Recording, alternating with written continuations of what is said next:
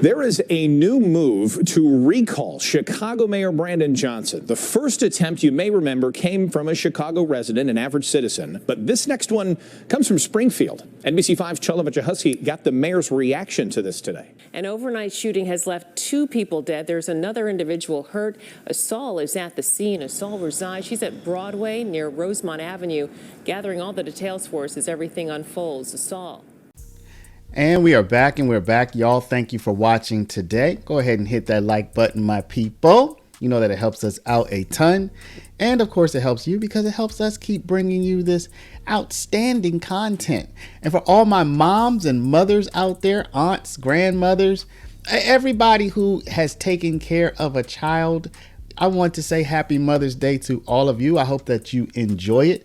And if you're watching this after Mother's Day, I hope y'all are still watching even after Mother's Day, but I still want to say happy Mother's Day to you. Now, y'all, let's hope that your boy Brandon Johnson is having a happy Mother's Day today, because there are certain things that are happening in his administration that probably would not lead to him feeling very happy. In particular, there is an effort right now to kick him out of his mayorship. He's been mayor for 2 years now. He has one of the lowest approval ratings of any politician in the entire country. And some of his residents and people in his government, in the Chicago government, are trying to kick him out of his office. And on top of that, y'all, just a day or two ago, there was a drive-by shooting in Chicago right as the summer is about to start that could spark, let's hope not, y'all, okay? So I'm not trying to sensationalize anything, but there was a drive-by shooting that involved the victims of which were 2 well-known gang members, or people say they're affiliated, okay? Two well-known people who allegedly are affiliated with one of the most well-known Chicago group of individuals. And let's hope that things don't spiral out of control, but this is the kind of situation that we have seen many times in many different cities leads to major retaliation. So we're going to take a look at both of those things today. And of course, today's video is brought to you by our partnership with Augusta Precious Metals. Do you have your money straight?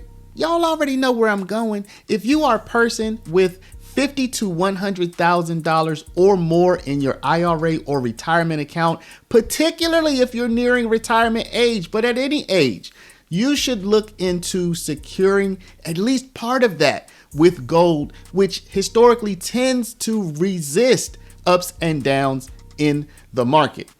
Y'all go down into the link in the description, the very first link. Click the link, get the free report on why you want to consider gold for your retirement. Or you can call 844-651-8334. That's 844-651-8334. So y'all, 2 nights ago, 2 young men, one named Muna Duke and the other Youngin from O Block, which is a very famous area in Chicago. They were both victims of a drive-by shooting, and they did not survive. Now, with them being such prominent members of one of the most well-recognized group of individuals in Chicago, this is sparking fears that this is like wrong place, worst thing to happen at the worst time. Summer's just getting started. People are out and about. We already know how Chicago is once the weather starts getting warm. And now you have this. An overnight shooting has left 2 people dead. There's another individual hurt. Asal is at the scene. Asal resides. She's at Broadway near Rosemont Avenue, gathering all the details for us as everything unfolds. Asal.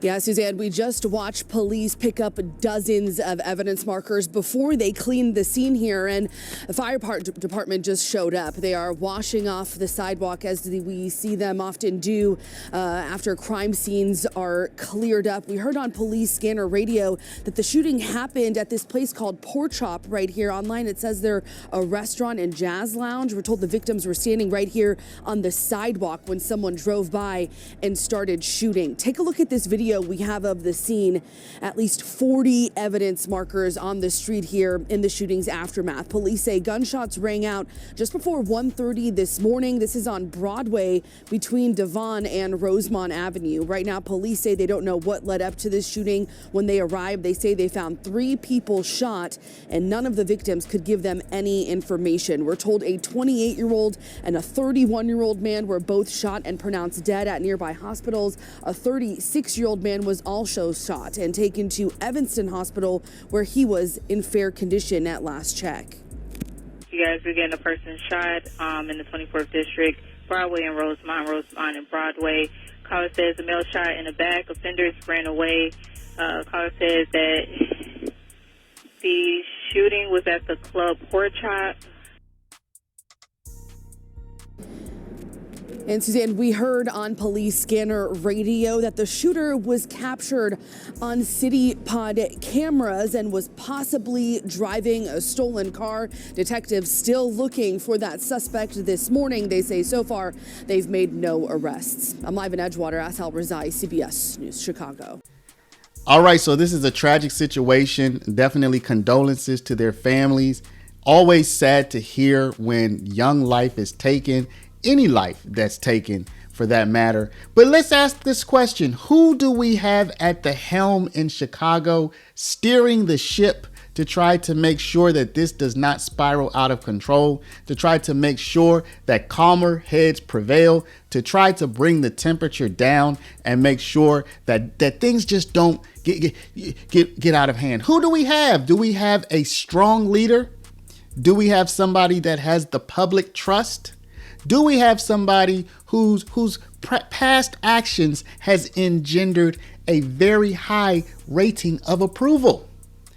Or do we have somebody who is the subject of a recall due to his disastrously low approval ratings?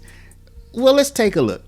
There is a new move to recall Chicago Mayor Brandon Johnson. The first attempt, you may remember, came from a Chicago resident, an average citizen. But this next one comes from Springfield. NBC5's Charlie Wojciechowski got the mayor's reaction to this today.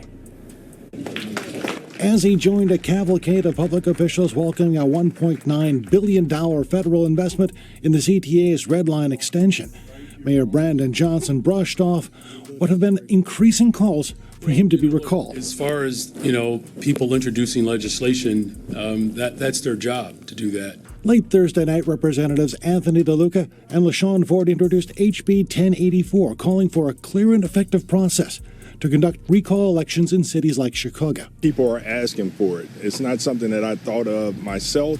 It's something that constituents asked for in 2015 after the Laquan McDonald's tape was released. At the time, Ford's bill, which he has introduced every year since, was aimed at Mayor Rahm Emanuel.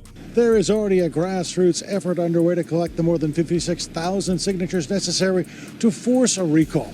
The man behind that movement is Dan Bolin. Every day that the mayor is in office is a master class in why a Chicago mayoral recall mechanism is needed. The mayor's office is still reeling after questions were raised about his status as an on-leave member of the Chicago Teachers Union and his involvement in contract talks, as well as criticism from the governor's office about his relationship with Springfield. The good thing about the work that we do in the city of Chicago, a perception of one individual doesn't define the entire city of Chicago. I will say this, though, the city of Chicago has gotten better, stronger, and safer. In Pullman, Charlie Wojciechowski, NBC5 News. Thanks to Charlie. So, y'all, this is going to prove to be a very important moment for the city of Chicago, and we are going to see how your boy, Brandon Johnson, exercises either his leadership skills or his lack thereof. I, for one, am hoping that he rises to the occasion, that he and the community leaders and everybody involved are able to exercise a high level of skill and show just how adept they are at heading off what could be a very disastrous turn for what Brandon Johnson says has been a reduction in violence. These are the kind of events that can totally turn that around. So let's pray that that's not the case. I'd like to know what y'all think. I'd like to know, how do you understand this? How do you internalize this? Do you think Brandon Johnson is the right man for the job? Do you think he will be able to gather people around and make sure things don't go crazy? Let me know what you think in the comments. But before you do, please stop, hit the share button, share this video out through email, Facebook, WhatsApp, Snapchat, Instagram, all of your favorite social mediums. And of course, if you're not a subscriber, please do subscribe. Other than that, y'all, want to thank y'all for watching. Don't forget, go down, hit the link, get the free information about securing your investment in gold, particularly if you're close to retirement age. Go to Paralegold, PARALEGOLD.com, or call 844-651-8334. Appreciate y'all. Love y'all. We'll see you back in the next one.